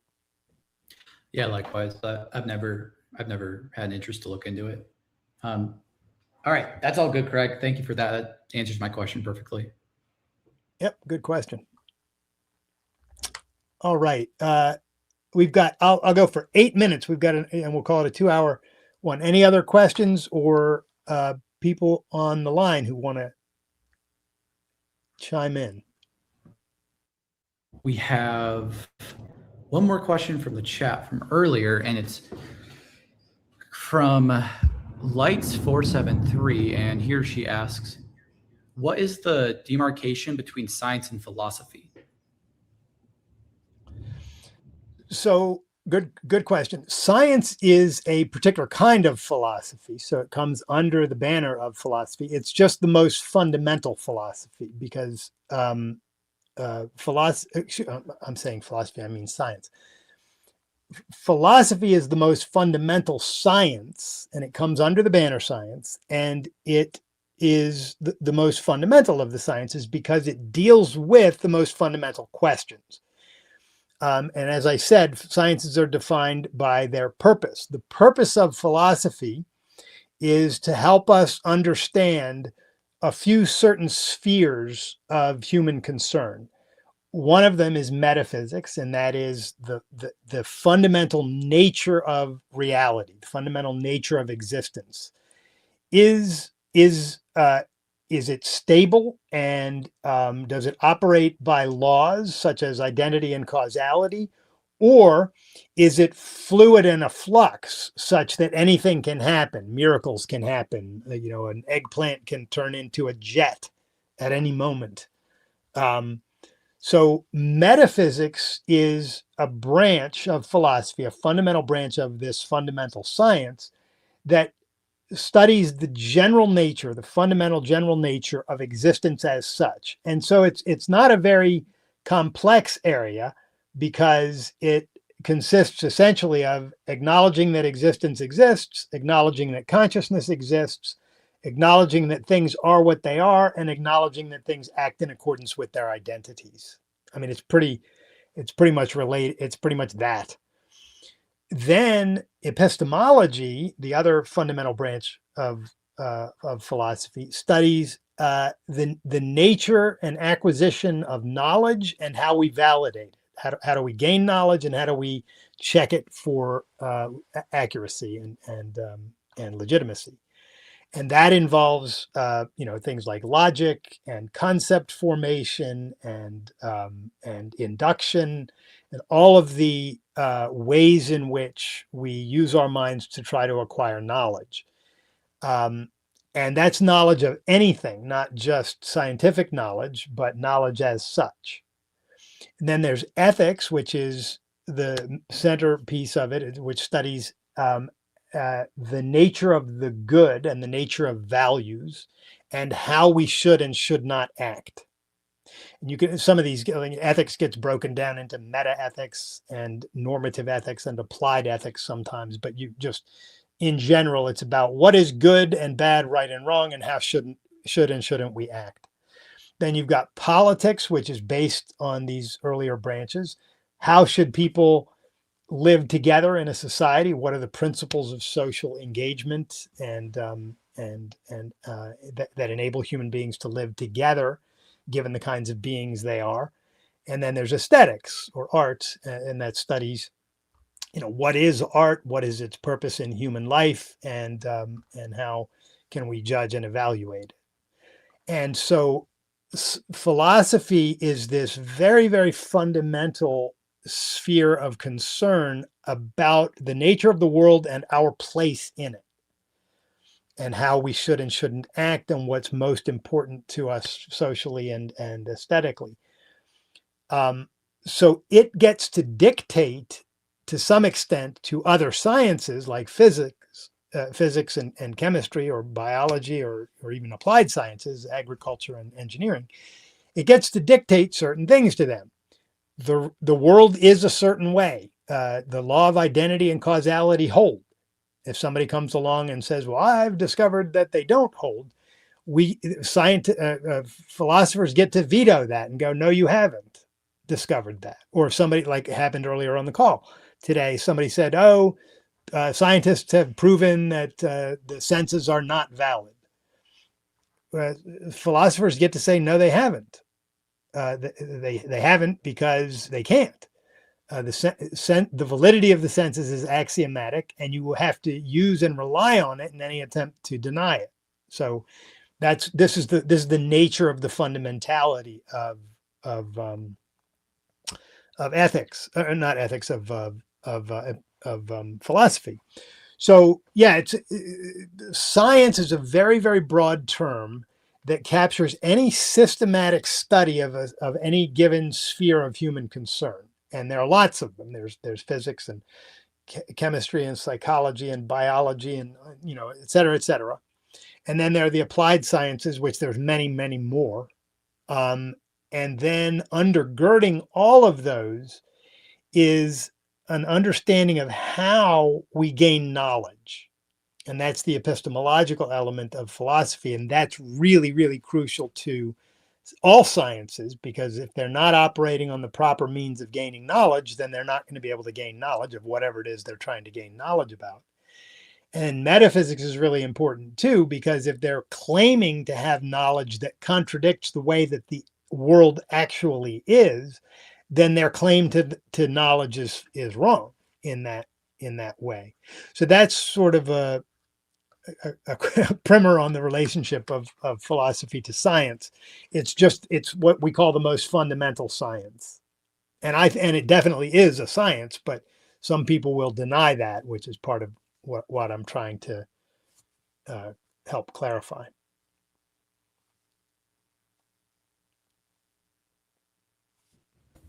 Hey, Craig. All I have right. one question. Hey, Matt. We only have what, like 5 minutes left? 1 minute Go left? for it. We'll make this the last question. Okay, cool. So my question is spirituality a science?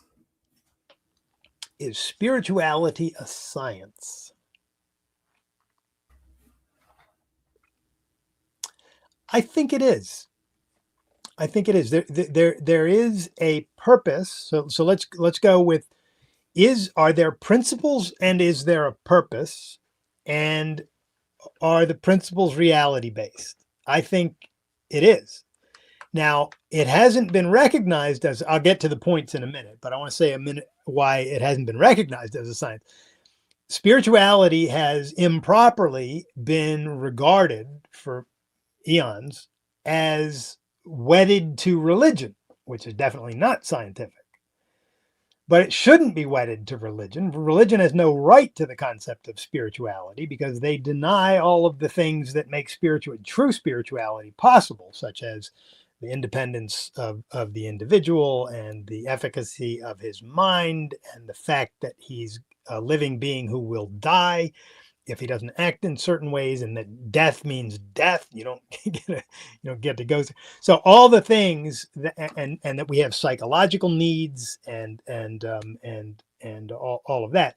So there are needs here, and the purpose of spirituality proper, in my view, is to understand the spiritual aspects of a human being, and that is the aspects pertaining to consciousness, which mean his emotional faculty, his purposes, his aims, how these relate to his rational faculty, and how he can organize his values and his life and his mind in such a way that a being who has a consciousness and an emotional and rational faculty and all of these very, very complex elements can live most fully and most in a most fulfilling way. So I think this is the purpose of a science of spirituality. I think it involves philosophy and psychology, but I think it also is, because it focuses very specifically on specifically the spiritual aspect of living a wonderful life, that I think you could call it a science that zeroes in on that. Now, I'm not sure that it's a science that we couldn't get the same value from if we just took philosophy, psychology, and ethics seriously and sort of combined them in an effort to do the thing called flourishing. But zeroing in on specifically what it means to have a spirit or a soul and the elements of that, which I think are that involves your values, why they're your values, what their relationship is to your other values and to your emotional faculty and to your rational faculty. Ayn Rand developed what she called a science of psychoepistemology, which is a very narrow science itself that I think that is subsumed under a broader science of spirituality, because psychoepistemology is a science that studies the relationship between the automatic functions of the subconscious and the volitional functions of the conscious mind, and how they work together and operate, and how they should work together and operate. As a writer, we talk about this a lot, that one of the best examples of understanding the relationship between the subconscious and the conscious mind is to talk about the writing process. When we're planning an outline and thinking about what theme we might have, we're very much using our conscious mind. When we go to write the draft, we want to let the conscious mind just take a break, and we let our subconscious just spit out the whatever comes up, and you get a rough draft. That's why it's called a rough draft. And then you bring your conscious mind back in to start picking at the draft and saying, oh, this could be clearer or whatever, right? And Rand's science of psychoepistemology is really all about sort of understanding the relationship between these two different aspects of the mind and how to get them to work together in a really good way. By the way, if you haven't read it, I recommend this to anyone on the call who hasn't yet read it. There's a short story Ayn Rand wrote. It's in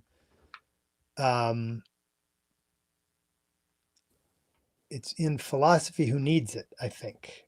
And it's titled The Simplest Thing in the World. And it's really good because it's about, I think it's the last essay in there. It might be in the Romantic Manifesto. I have a brain fart right now. I'm in trouble. I don't think it's in Philosophy Who Needs It, but I do know what you're talking about. It may be in the Romantic Manifesto. Yeah. It's been a while since I read it, and I just can't.